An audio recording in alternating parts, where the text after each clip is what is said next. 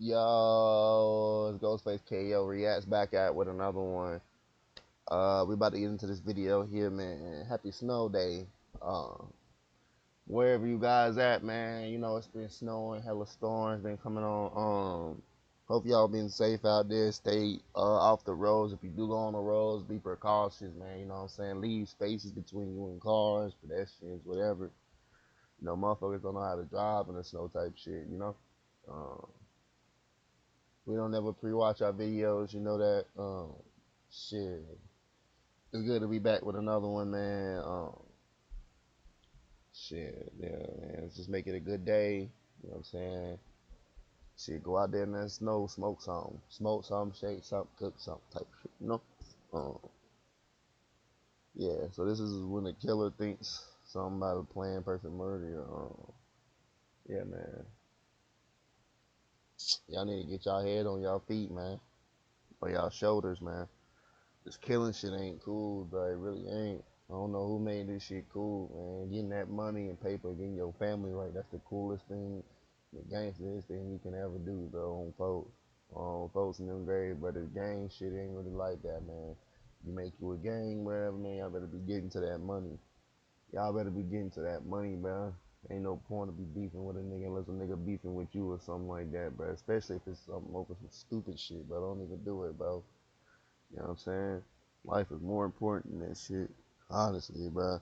Shit, if I beat the nigga, I'll beat the nigga whoever invented guns, bro.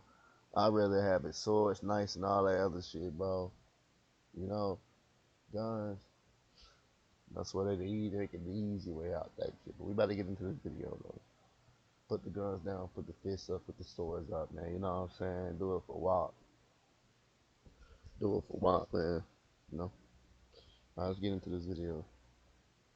This is the video of Lakewood police officers arriving at Roa Al-Danoon's doorstep for a welfare check after she was reported missing. Last time she was heard from was Sunday night at work. Midnight. Any reason why they're concerned? Does it smell like something sour, maybe? Yeah. The officers turned every stone to find her.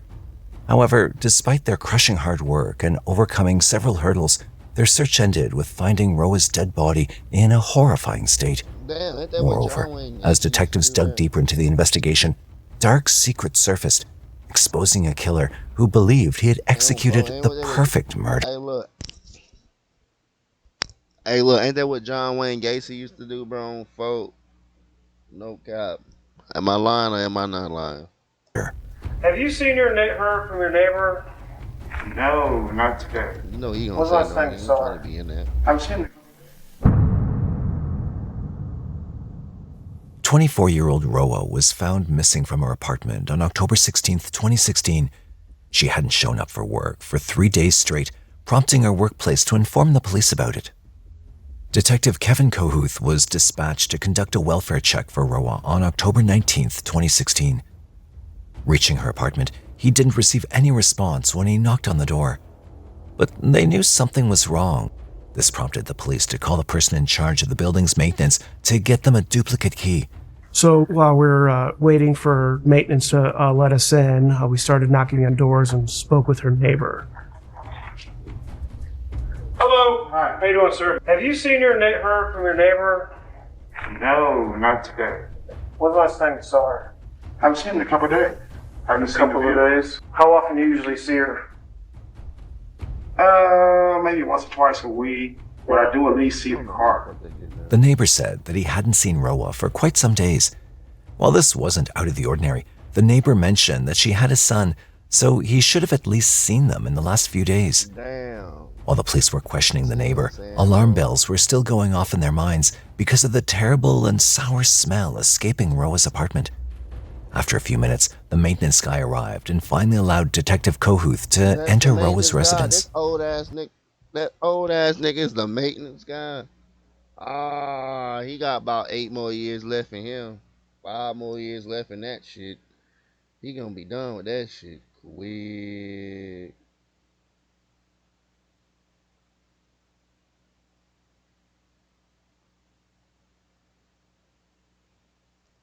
Just when the door of her residence swung open, the police immediately knew that something sinister had gone down in her house. Liquid police!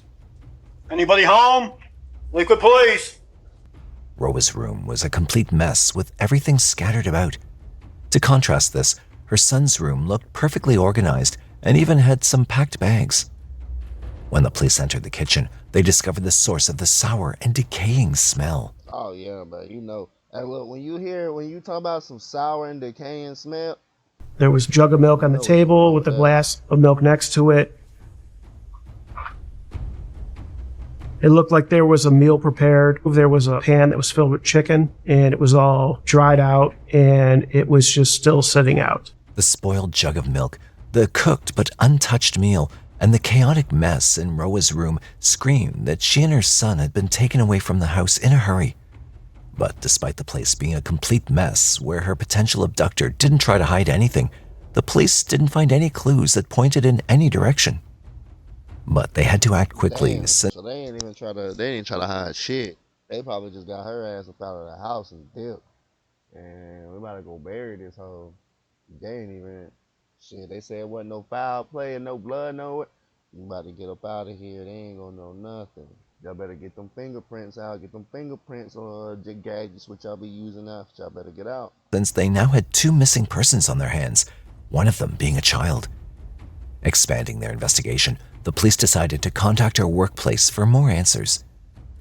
While the police didn't have any leads so far, one of Roa's colleagues shockingly revealed that she actually had a stalker after her. Oh, damn. Roa had come to the United States with her ex-husband, Fahad Mohammed Saeed, from Iraq. While the couple wanted to build a better life for themselves and their son in the US, Roa soon discovered that it wouldn't be possible as long as she stayed with her abusive husband. After several episodes of violence, Roa filed for divorce and also got custody of her son. Several court orders were also placed to keep Fahad away from her and her child. However, while this should have meant the end of the storms in her life, little did she know that more horrors were awaiting her. The police learned that Roa worked at a restaurant, and one of her colleagues, Hamza, was a great friend of hers. On October 22, 2016, they called him for interrogation at the police station and asked him when he'd last seen Roa. He said that he'd last seen her on the evening of October 16, 2016, the day she disappeared. He said that he was over at her place. He the one that took her. About it was before she was killed. You ever heard of reading between the lines? And the two of them spoke with each other and were smoking a hookah. But he revealed that they weren't really alone that day. Only 6, like 5:45, somewhere like that. She's like, what are you doing? Like, why don't you come over and stuff? I was like, you know what? Yeah, I was thinking about that too. I'll come over, smoke some hookah, and then I'll leave to soccer. Yeah. She said, okay. And then I went. Hamza also said Roa feared Fahad, who had stalked her from time to time. He highlighted that he would also sometimes loom in the hallway of Roa's apartment to keep tabs on her. Even on that day, he said that she was still in the grip of crippling fear because of Fahad and was checking if the path was clear before letting Hamza exit her apartment. So then at 6:45, 6:35, I told her that I have to leave. And I was going to leave. And then she wanted to check from the little thing by the door. And he's there because sometimes he gets sent. And he was there. What do you mean she checked? What did she check? Like, there's a door and there's a little eye peephole thing? Yeah. Okay. Because like I said, she's a real afraid of him, Okay. Like, not afraid, but I would say, like, she doesn't want any problems with him, So then, and she was kind of all worried and stuff like that, Making a startling revelation, Hamza said that as she ran an eye to scout for Fahad, she saw him hovering about in the hallway. I was like, well, what do you mean to do? Like, if you want, I can leave. I don't care. Right. So like, she looks out the people and like from that little he's in the hallway? Yeah. He was in the hallway. She could see. Yeah. Okay. Yeah. He was there. Well, what exactly did she say to you? Okay, she was like, he was like, I don't care, you can wait, and and he can come in. But he said that, like, because it's like, like I told you, like, the urban community, especially the Iraq community, people talk about each other. So like, and you know, like for a woman, you know, if something, you know, came up, oh, like there's a guy went over her house or friends went over her house and, you know, and she's a woman and she's, you know, been married and now she's, you know, divorced. That's kind of like a big deal for them. So then I told her, like, what I mean to do? Because I can leave from the door. So then she tells me, you know what, just get out of the back, you know? And I was like, sure. Thus, Roa was very scared that her ex-husband was outside her doorstep the night she disappeared. Moreover, the crippling fear she felt made her send Hamza away by the back door instead of the front. This immediately flagged Fahad as a person of interest. To add to the benefit of the investigation, the police discovered that Fahad had even violated a temporary protection order placed by the court. This gave them enough ground to detain him. The police got a warrant for Fahad's arrest and reached his workplace to nab him on October 25, 2016. Hello. Hi, Detectives from Lakewood. Is there someone in your human resources department we can speak to? We need to talk to. Okay, which employee? We're looking for Fahad Mohammed Said. Come in, I'll have somebody pull him off the Okay. cart.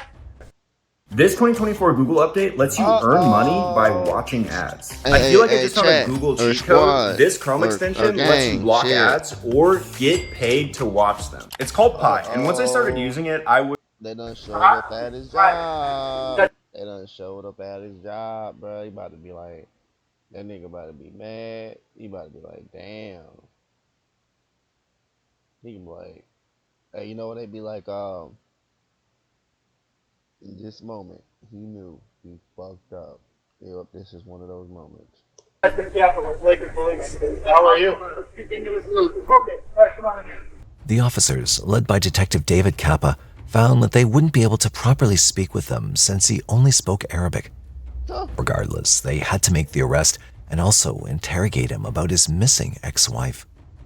We're going to arrest you. You violated your temporary protection order. So you're under arrest. Okay? Do you have any weapons, anything sharp, knives? No. Fahad cooperated with the cops and didn't resist his arrest. Fahad looked very calm and his body language didn't show any signs of anxiety or hesitation, and the same behavior also continued at the police station.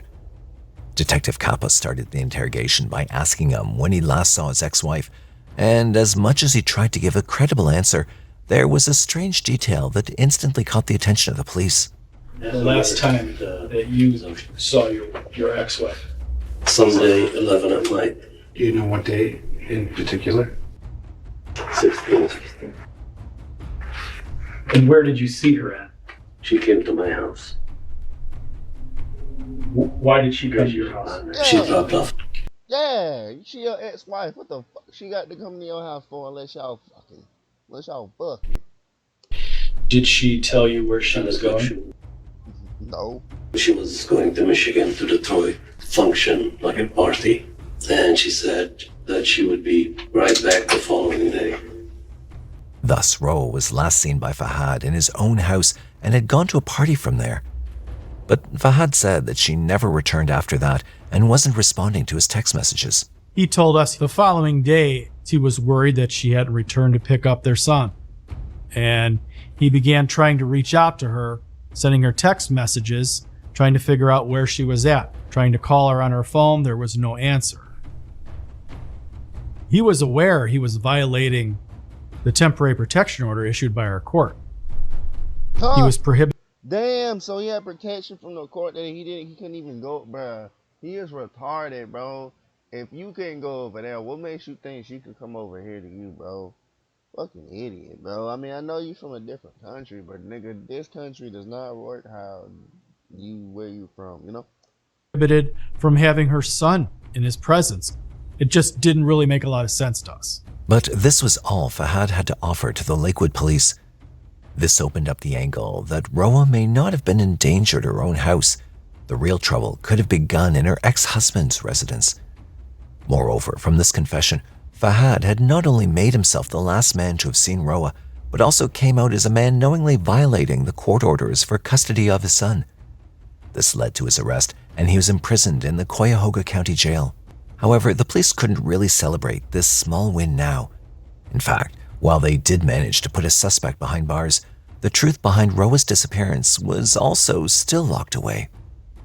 The fact that Roa could have been kidnapped from outside her house after leaving Fahad's place seemed odd, especially with the mess her room was in when the officers entered her apartment.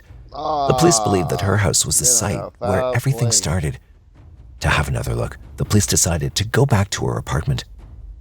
While they'd observed a sour and rotting smell the last time they were in Roa's apartment, their second visit also led them to a foul odor of something similar, the stench of a liar.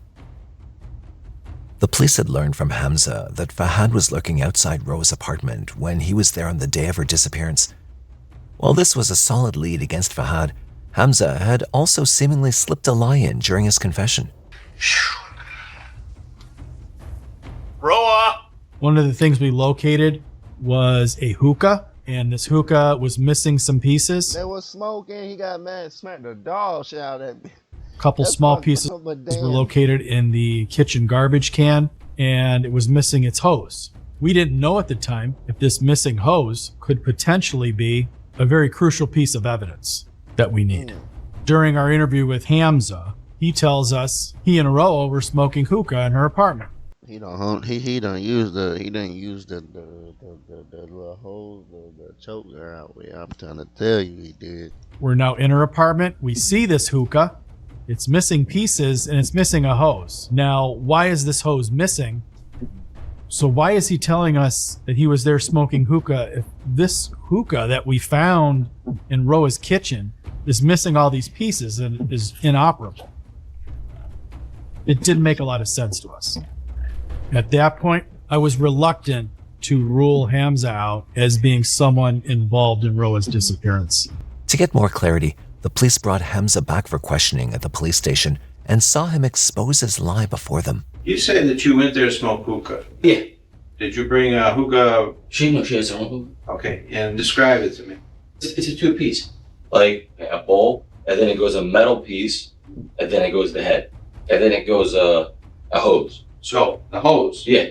We've been to her apartment. I found the hookah, but I didn't find the hose. And I didn't find the mouthpiece. So I'm just trying to figure this out. The officers tried to corner Hamza by accusing him of having an affair with Roa in the guise of a friendship. For somebody who's 22 to say, I went to the house to chill, smoke hookah, that to me means you're probably over there Banging. for a relationship. There's no relationship, zero, between me and her. I guarantee you on everything. There is absolutely zero.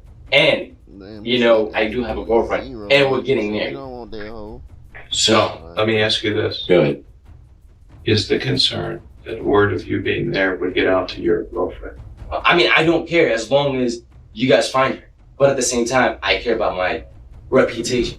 When Hamza denied these allegations, his tone suggested... This nigga talking about he care about his reputation. Nigga, your girlfriend is out there gone, my nigga, and you talking about your reputation, my nigga? Your reputation ain't shit, bro. I mean, I guess it is, bro, but damn, if you didn't give a fuck about the bitch like that, I guess it is something.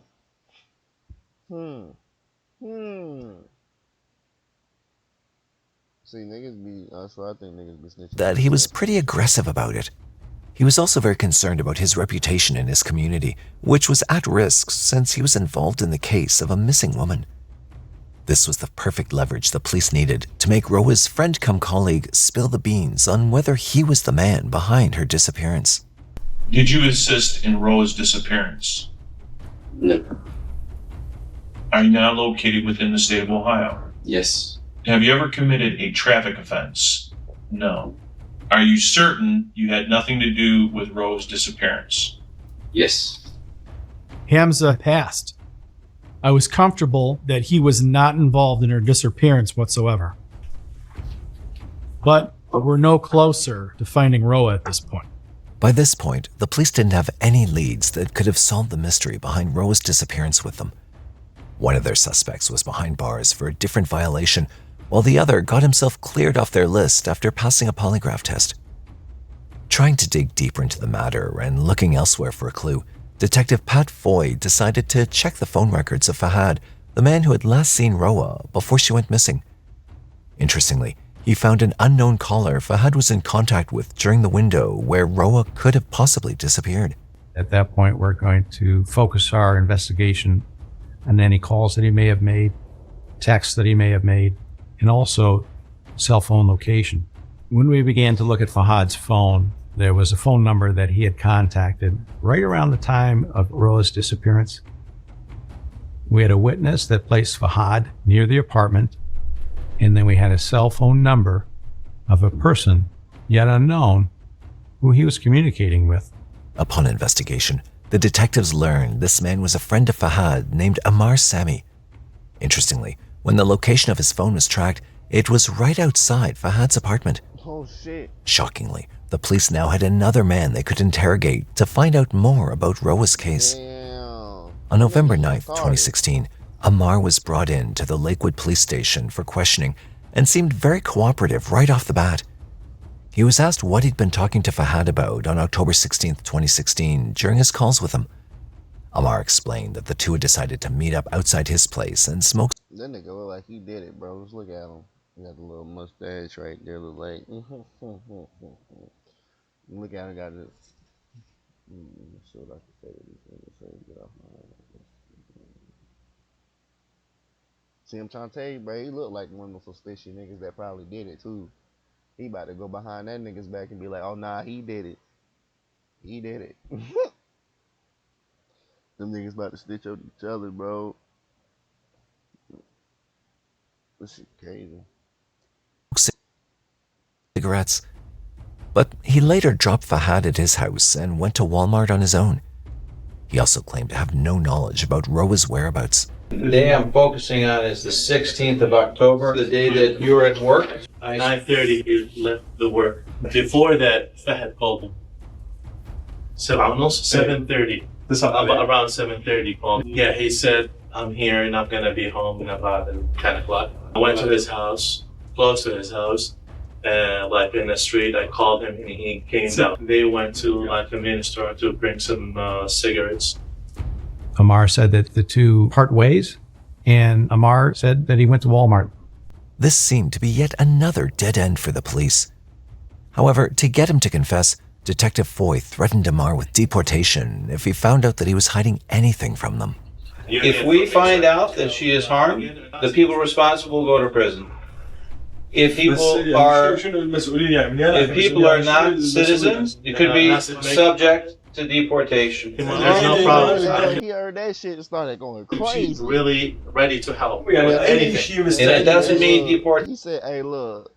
Hey, look. The police said deportation. That nigga's mind changed real quick. He said, I will help." Deportation with you and your wife, that means you deportation. Wife stays here. Ready for anything if I'm involved. I'm ready for anything, but what I really would like to have is the truth. Despite this threat, Ammar didn't really say anything useful to the police. Moreover, they also couldn't keep him with them for a long time since he'd come to aid them voluntarily. But while the police thought they couldn't yield anything from Ammar, they were stunned when they noticed that Fahad's friend had ended up making the same mistake as Hamza. Boost your event with Booth.events. You're gonna love our photo booth app. Verifying Ammar's claim to see if he was telling the truth, the police shifted their focus from what happened during his meeting with Fahad to what happened after it. Ammar had mentioned that he went to a Walmart store after he dropped Fahad home. To check this, Detective David Jacobs checked the CCTV footage of the store to see if Ammar actually went there. The surveillance footage showed that Ammar was indeed telling the truth and had been to Walmart. But unlike what he told the police, he wasn't alone. When we initially looked at the video footage, we started with the parking lot. We observed Ammar Sami's vehicle pull into the parking lot and park. At that point, we do observe two people exit his vehicle. We now switch our attention to the door entrance camera to Walmart. At that time, we did see both him and Ammar Sami, him being Fahad, enter the Walmart. And then we observed them go over to the hardware section. And at that point, we observed Fahad remove a 6-foot digging shovel from the rack. And both him and Ammar Sami then proceeded to the checkout registers. It indicated to us that Amar was not truthful with us, that he had lied to us. He certainly knew something, and we felt by bringing him in a second time, our hopes were that he would confess to it. If lying to the police invited suspicion, buying shovels from Walmart late at night. These niggas went to Walmart before they closed, which they probably closed. I don't know where they at. Where I'm at, they closed at 11 o'clock. So these niggas probably went there at 10:30, bro, 10:40. Went to the hardware section, got 2 shovels.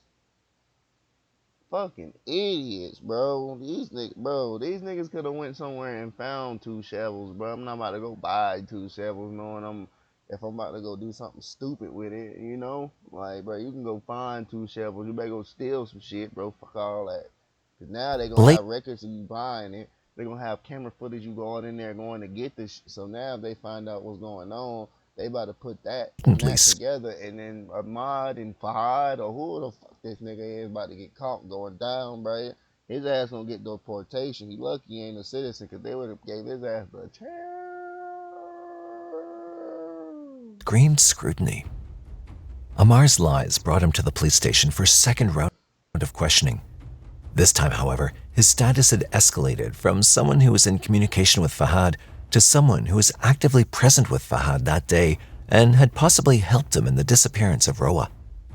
Moreover, since both men had shovels in their hands, it indicated that they could have potentially killed her and buried her body.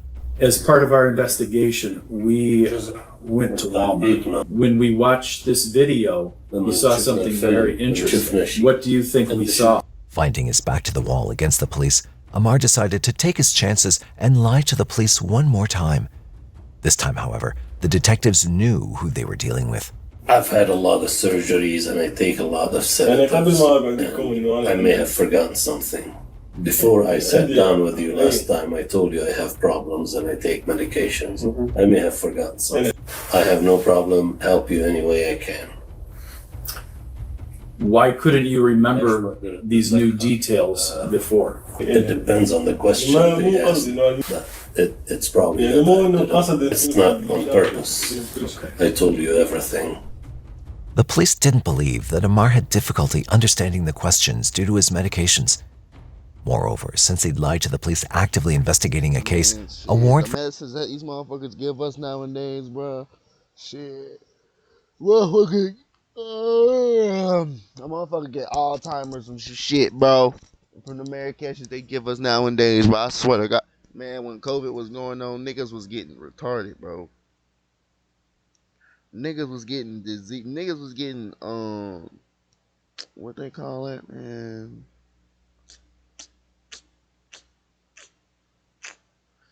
Not diseases, but like ADHD type shit, man. I don't know, but motherfuckers was getting that type shit, bro. Like stuff was happening to them that stuff wasn't happening to them before they took that vaccine. That's what I'm saying, bro. Like the America be trying to kill niggas on the low, bro. Let's stay fuck with you. For his arrest was issued for obstructing justice, and he was also sent behind bars. While the police had both their suspects in jail, the answers to the question of what happened to Roa were still locked away from the reach of the police. Yeah, hold on, let me read this. Don't take a picture of damn nails on the wheel.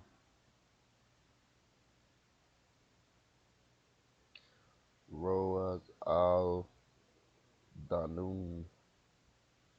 Damn, she was only 24. That bitch look older than 24.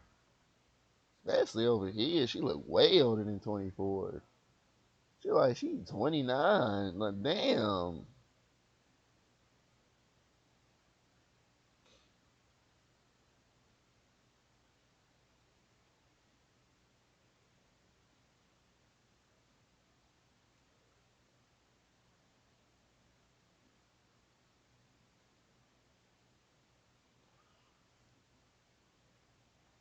Yeah, they don't want to tell the world. Moreover, a court order which came 2 months later ended up placing a timer on the backs of the Lakewood police, following which they had to let the suspects walk free. The Lakewood Municipal Departments and municipal courts sentenced Fahad to 6 months of prison time for violating the court order regarding Roa's son's custody in January 2017. While this secured him behind bars for half a year, if the police didn't solve the case by that time, Fahad would be a free man again. The pressure was mounting against the police, who were desperate to find the truth. Their borrowed time kept running out, and with each passing month, they had no leads to work on. Moreover, this also left the police department very frustrated. It was very frustrating because we really wanted to find Roa. Well, shit, nigga, y'all better go start. Look, y'all better start thinking outside the box. Y'all better send some dive teams in the ocean or the river, whatever you got over there. Send the land team out there somewhere in the woods, start digging shit up. You know what I'm saying? You might find a dead body too. You might not be part of this investigation, but you know, y'all niggas always find out who it is at the end of the day, which is crazy shit, man. Anyway, y'all better get y'all 3 search teams, one for the water, one for the land, and one for outside of the box, my nigga. Roa, and we wanted to bring some sort of resolution to this investigation. And it was just a very difficult thing for all of us to deal with. While sending Fahad to prison had started to seem futile to the police, little did they know that they had triggered a domino effect that would finally reveal the horrific events that went down on the night Roa went missing. Waco Police and Fire. Hi, yes, I have information about a missing person. Okay. Her name is Roa, Roaa. Right. I don't know how to say her last name, but I know who you're talking about, though. On Friday after work, my boyfriend called me and said he didn't tell me what was said. I'm like, his wife is missing. What's that about? And he's like, I don't know. And I was like, well, that's weird. He's like, yeah. So then when he told me on Friday, because he's like, I'm getting a little nervous, this guy's getting paranoid or something like that. And I was like, okay. So I don't know, but I just wanted to tell you guys, whatever information you need to know. On April 2nd, 2017, a caller on the other end told that her boyfriend was an inmate in the same jail as Fahad. She noted that Fahad had confided in her boyfriend regarding Roa's disappearance in the cell since he also spoke Arabic. While Fahad wanted the help of his newly discovered friend behind bars, the caller said that her boyfriend wanted to help the police with the investigation of the case and pass on the information he had. Thus, the police, who'd been scrambling for leads all this while now, received a much-needed breakthrough.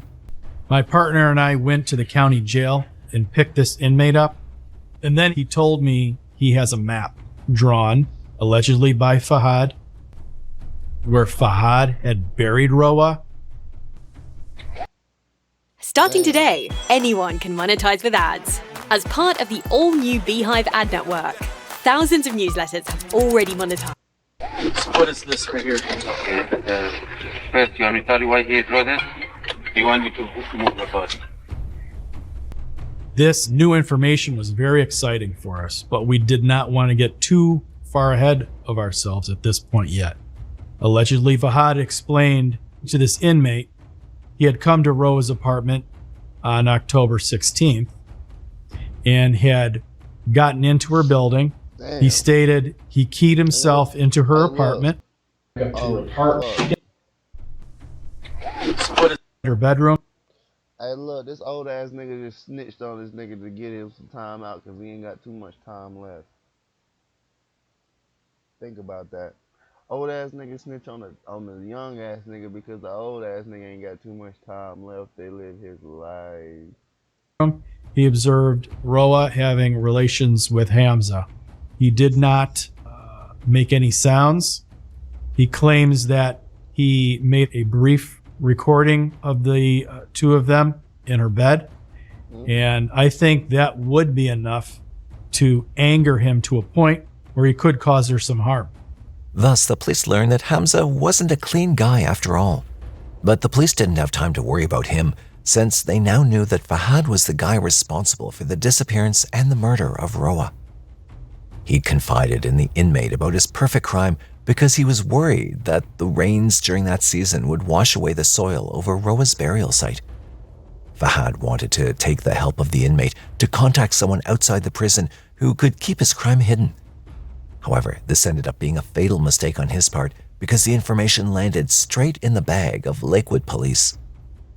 On May 15, 2017, the police used the map hand-drawn by Fahad to track Roa's body and dug it out. Moreover, they also took the help of the FBI's evidence response team to get her body out. This area, he lived in this apartment. Okay. He buried her around. Several hours had gone by of us looking around. The supervisor of the FBI's evidence response team decided to grab a shovel, and he had dug maybe a 12-inch deep hole, and he said, "What's that?" And you ended up seeing the corner of a zipper to a, felt like it was a canvas bag. We began digging a little bit more around this area and started to smell decomposition. And we knew that this was the spot. We knew we had most likely found her, which was a relief to us. But I was aware that there was still a lot of more work ahead of us. Fahad just had to spend 2 more months in prison before walking out to his old life. However, he was brought in for questioning right after Roa's body was discovered and sat across from the same detectives who had interrogated him back in October 2016. This time, however, instead of just a custody violation, the police were ready to shed light on the monstrosity he committed. Without revealing that they'd found the body, Detective Jacobs told Fahad what he thought went down on the night his ex-wife went missing. You were very angry when you saw her in bed with this other guy. If I wanted to, I would have killed the 2 of them. Right.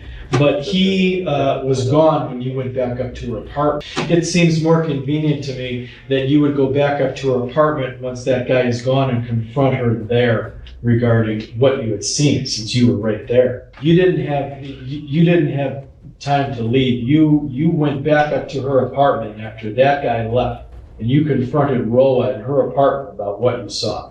There was no evidence that he That nigga know he did it. actually recorded the event at all. While the That nigga like, damn, in his head, bro. He like, fuck in his head, bro. I'm trying to tell you. detective was almost spot on with his theory, he was off the mark by just 1 point. Moreover, he also learned that Fahad hadn't been completely honest with the inmate who had leaked the information about his master plan to the police. We believe it was just a ploy. I think the reason he had told Roa that he had videotaped was that it would save his image in the community. The detective also learned that Roa had almost fallen to this lying ploy of Fahad and agreed to get back together with him. However, in her last moments alive, Roa chose to fight for her freedom instead of falling back into the same dark pit from which she'd worked really hard to escape. So during their interview with Fahad, he had indicated that Roa wanted to reconcile, that she came back with him to his apartment. They had relations, their child was there, that they were going to get back together. It was at that point, sometime in the middle of the night, Fahad claims that he was restless, he wasn't sleeping. He hears something in the kitchen, he looks up and he sees Roa in front of him, and he believes she's holding a knife. I'm looking at her, she's coming my way. She thinks I'm sleeping, but I'm wide awake and I'm watching her come towards me. He jumps out of bed, he attempts to disarm her of the knife, and in doing so, he gets behind her and begins to choke her. At some point, she becomes unconscious and falls to the floor. I know that she's dead. I put her in a bag. So I ended up putting the bag in her car, took the shovel, took her to the park. I dug up a hole for about 2 hours, buried her. On January 18, 2018, Fahad pled guilty to the involuntary manslaughter of his ex-wife, Roa. He was also charged with kidnapping and burglary. Damn, He was given I knew that nigga did. You could tell. I knew, bro. The old nigga done snitched on him, bro. His accomplice, they didn't even care about that nigga no more because they found out he did it. So it's like, damn. a prison sentence of 25 years and was deported back to All I'm saying, female, all your women out there, man, y'all better watch who y'all get with. That's all I can tell you. And don't think it can't happen to you, because it damn sure can happen to you. I'm trying to tell you for real. Niggas, y'all think y'all females is damn crazy. Niggas is crazy. Niggas will kill over love, bro. On folk. Y'all really need to watch out who y'all get with, bro. And I mean watch, because you know the first couple of weeks, bro, it be all that happiness and all that. But then after that third, fourth week, they actually you start to see glimpses of who they really are. And better take heed. For real. It'll save your life. So to Iraq for his crimes. For aiding his friend and obstructing justice, Ammar Sami was sentenced to 18 months behind bars. damn, I thought he was gonna get off. Hey, look, nah, cause in a little part of the video they said they didn't even care about him no more. So I'm like, damn. I'm thinking bro might get off. But nah, he got 18 During the months. trial, That's what, a year and what?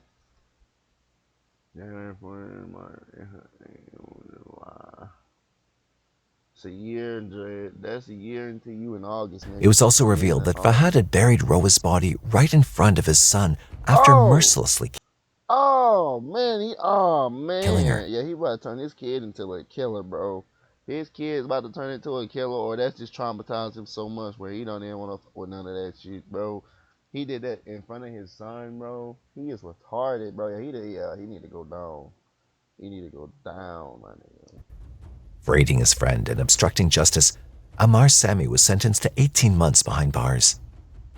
During the trial, it was also revealed that Fahad had buried Roa's body right in front of his son after mercilessly killing her. Sad. Like, that's Thus, really, his big ego and possessiveness man, I'm surprised he ain't get the chair, towards a bro. woman who had already divorced him also left some scars in the mind of the young boy.